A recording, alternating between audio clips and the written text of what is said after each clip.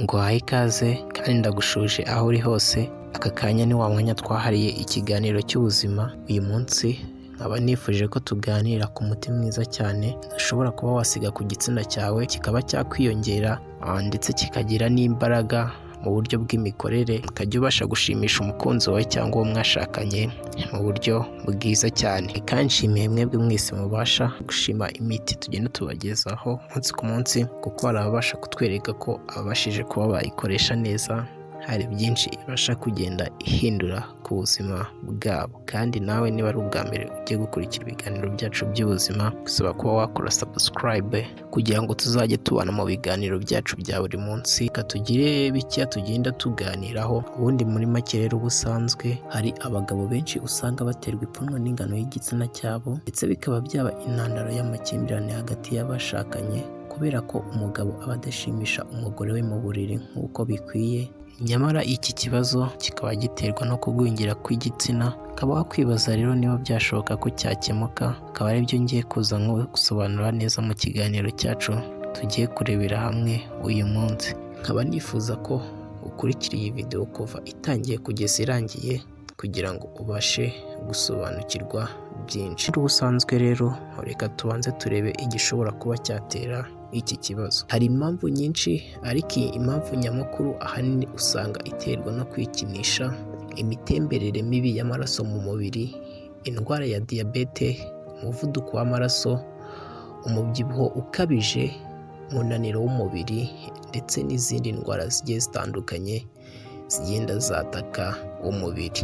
Ushobora kwibaza rero ukavuga ati se niba waragiye uhura n'izi ngaruka, birashoboka ko iki kibazo ubasha kuba wagikemura? Ibyo rero ngiye kuza nkakubwira uburyo ushobora guhangana n'iki kibazo. Ni umuti woroshye kandi ukaba wizewe, ukaba nta ngaruka ugira ku mubiri wawe. Reka dutangire rero nkubwira uburyo tugiye gutegura uyu muti, kuko ni umuti woroheje. Turaza kwifashisha ibintu bitarenze bitatu. Turaza kwifashisha indimu isanzwe ya sitoro y'ibisharira, turifashisha iyi Coca-Cola nyine isanzwe banywa, ndetse twifashishe na korogati isanzwe, iyi ngiyi biboroshesha iba yanditseho korogati nyirizina, atari menizi za white dent cyangwa za habo. Turifashisha korogati ndakeka muyizi ni ya yindi ya mbere. Reka tuze turebe rero uburyo ibi byose bitegurwa ndetse n'uburyo bikoreshwa kugira ngo bibashe kuba byagira umumaro. Urafata akantu keza, yaba igikombe cyangwa agasahane gafukuye, biraterwa n'uko ubishaka. Urafata indimu isa nkaho ari nini, urayikamura havemo umutobe byibuze wuzuye ikiyiko cyangwa ibiyiko bibiri, bitewe n'inshuro wifuza kuwukoresha. Numara kubona umutobe, uraza gufata korogati uyikandire ku kayiko isa nkaho atari nini cyane, urayishyiramo. Nurangiza nanone urafata ikiyiko cya Coca-Cola ugishyiremo, nurangiza ubivange neza. Iyo umaze kubivanga neza, reka tuze turebe uburyo ubikoresha kugira ngo bibashe kuba hari impinduka byagira ku mubiri wawe.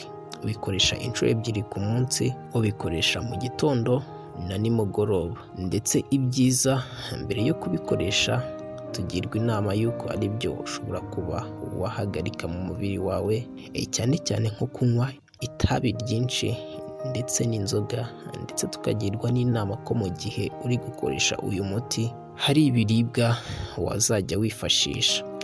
Ushobora kuzajya wifashisha imineke ikungahaye cyane kuri potasiyumu. Iyi rero ikaba ifasha gukura neza k'umubiri, ndetse igatuma amaraso atembera neza mu bice bitandukanye by'umubiri. Ibi rero bigatuma igitsina cyawe kibona amaraso ahagije, bigatuma gikura neza. Ni byinshi rero nagenda nkubwira ibiribwa ushobora kuzajya wifashisha mu gihe uri gukoresha uyu muti. Harimo nk'imboga za epinari, ukifashisha ibitunguru, ukifashisha watermelon, tangawizi nk'uko nagiye mbibabwira mu biganiro byacu byagiye bihita. Reka nze mbabwire rero uyu muti uburyo uzajya uwukoresha. Niyo umaze kubivanga neza, urakaraba neza n'intoki zawe, ukajya ukora muri wa mutobe wavanze neza, ukawusiga ku gitsina cyawe, ukazaza nyine usa nkaho ugenda ukirambura, ukimasa, ukigiza imbere. Ibi ngibi iyo umaze kubikora ubikora byibuze nk'iminota 10 mu gitondo na nimugoroba,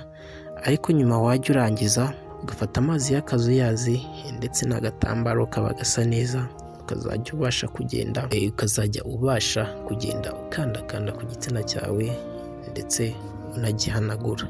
Gusa mu gihe uri gukora ibi ngibi wirinda gukoresha imbaraga nyinshi kugira ngo utamera nk'uri kwikinisha. Ndabashimiye rero mwebwe mubashije gukurikira iki kiganiro, mbabwira ngo ibiganiro nk'ibi ntakagaruka, kandi nkubwira ngo inkunga ikomeye ni ugukora subscribe kugira ngo tuzajye tugendera turebana ndetse tunigana n'ibindi bigiye bitandukanye.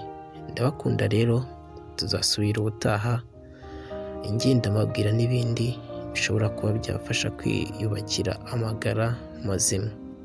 Tuzasubira ubutaha rero. Yari ikiri Beta Skills TV, babwira ngo ndabakunda cyane kandi nizere ko ibyo tubasha kubagezaho byose bibasha kugenda bibagirira umumaro.